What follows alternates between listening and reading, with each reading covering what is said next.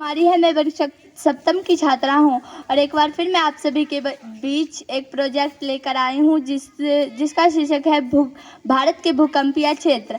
और आज मैं आप सभी को भूकंपीय क्षेत्र यानी भूकंप के बारे में कुछ जानकारियाँ देना चाहती हूँ। सबसे पहले तो मैं ये बताना चाहूँगी कि भूकंप किसे कहते हैं या ये कैसे आता है या फिर इससे कैसे बचा जा सकता है, ये कितने प्रकार के होते हैं। इन तमाम प्रकार की जानकारियाँ मैं हम सभी दोस्त मिलकर आप सभी के बीच प्रस्तुत करना चाहूँगी।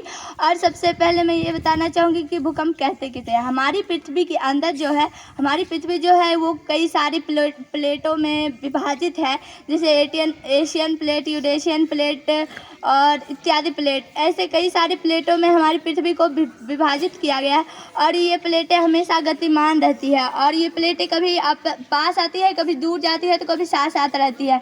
और इन प्लेटों में जो टकराव होती है, जब इन प्लेटों में टकराव होती है तो हमारी पृथ्वी की सतह के ऊपर एक कंपन महसूस किया जाता है, जिसे हम लोग भूकंप कहते हैं। अब हम लोग ने ये जान तो लिया भूकंप कहते किसे हैं। अब हम ये जानेंगे कि भूकंप कितने प्रकार के होते हैं या इससे कैसे बचा जा सकता है। जैसे कि हम लोग माने कि अभी हम लोग स्कूल में हैं और हम क्लासरूम में बैठे हुए हैं। अगर हम लोगों को कॉर्नर मिल जाता है, कोई कोना, तो हम लोग वहाँ पे छुप सकते हैं या फिर टेबल के नीचे जाके, बेंच के नीचे जाके अपने सिर को पूरी तरह से बचाने की कोशिश करेंगे।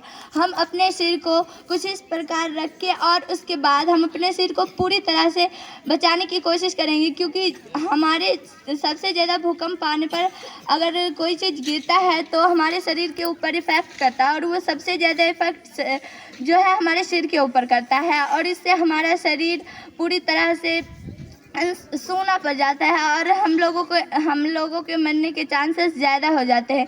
इसीलिए हम लोगों को भूकंप आने के समय अगर हम लोग कहीं पे हैं तो हमें छुपने के लिए अगर पलंग, कॉर्नर या कुछ ऐसा स्थान जहाँ पे हम लोग बच सके, वैसे स्थान पे हमें छुप जाना चाहिए। और हमें पेड़ के पास, बिल्कुल पेड़ या पोल या कुछ भी ऐसे चीज़ों के पास नहीं खड़ा होना चाहिए जहाँ से हमको नुकसान हो सके।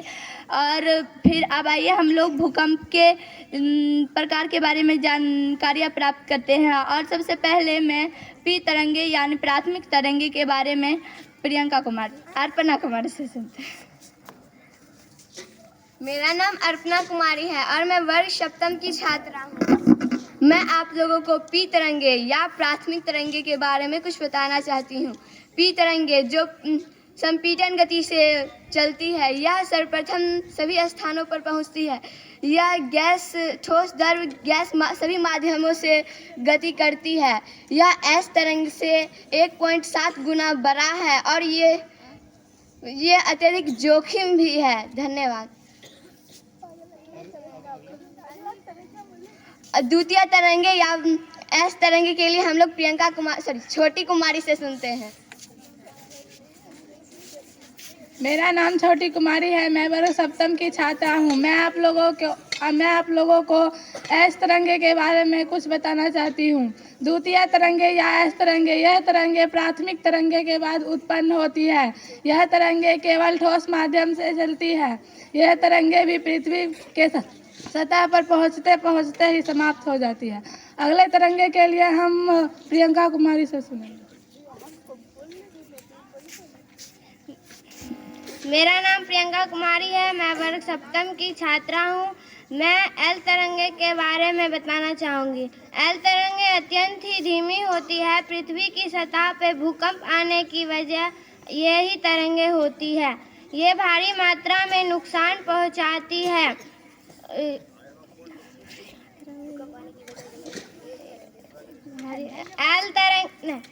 पी तरंगे और एस तरंगे परावर्तित होकर एल तरंगे में आ जाती है। ये तरंगे अनुप्रस्तुत गति करते हुए धीमी चाल से धन और जन की क्षति पहुंचाती है।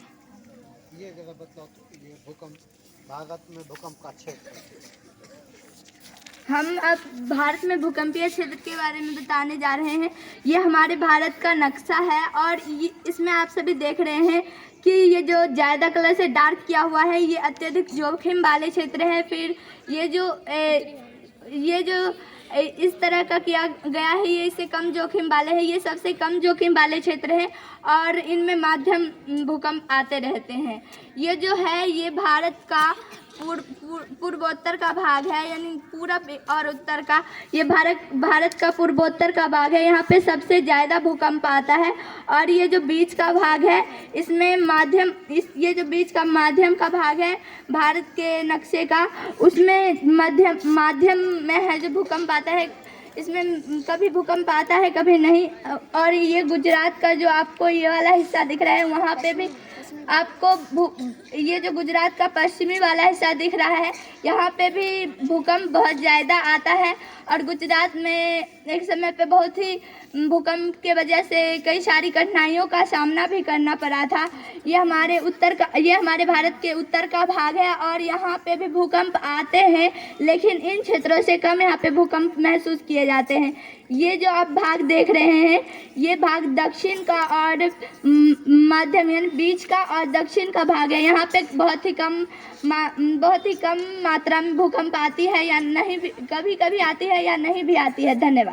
और भूकंप को सिस्मोग्राफ से मापते हैं और भूकंप आने से पहले हमारी वायुमंडल में रेडान गैस की मात्रा बढ़ जाती है और भूकंप को मापने की इकाई रिक्टर पैमाना कहलाती है। धन्यवाद। मेरा नाम रिया कुमारी है और मैं वर्ग सप्तम की छात्रा हूँ। मैं आप लोगों को भूकंप के बारे में कुछ बताना चाहूँगी। सबसे पहले हम ये जानेंगे कि भूकंप किसे कहते हैं। पृथ्वी की आंतरिक हलचल एवं गतिविधि के कारण हमारी पृथ्वी की ऊपरी सतह पर जो कंपन शुरू होती है उसे भूकंप कहते हैं। भूकंप आने पर भूकंप की तीव्रता सिस्मोग्राफ से मापते हैं। रिएक्टर स्केल भूकंप मापने की इकाई है। भूकंप आने पर 3 तरंगे उत्पन्न होती है, पी तरंगे, एस तरंगे, एल तरंगे। पी तथा एल तरंगे के लिए पलक कुमारी से। मेरा नाम पलक कुमारी है और मैं वर्ग सप्तम की छात्रा हूँ। मैं आप सभी को पी तरंगे एवं एल तरंगे के बारे में बताना चाहती हूँ। पी तरंगे, ये तरंगे संपीड़न गति से चलती है। इनकी गति बहुत तेज होती है। ये ठोस एवं द्रव माध्यम में गति करती है। पृथ्वी की सतह पर पहुंचने से पहले ये तरंगे समाप्त हो जाती है। एल तरंगे की गति अत्यंत ही धीमी होती है। पृथ्वी पर भूकंप की असली वजह एल तरंगे होती है। एल तरंगे भारी मात्रा में नुकसान पहुंचाती है।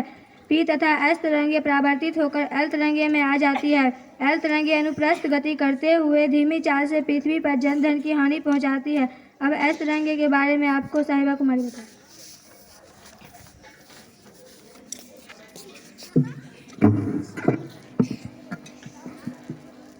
मेरा नाम साहिबा कुमारी है और मैं वर्ग सप्तम की छात्र हूँ। मैं एस तरंगे के बारे में बताना चाहती हूँ। प्राथमिक तरंगे के बाद ये एस तरंगे उत्पन्न होती है। यह केवल ठोस माध्यम पर गति करती है और पृथ्वी की सतह पर पहुँचते पहुँचते समाप्त हो जाती है। धन्यवाद। धन्यवाद।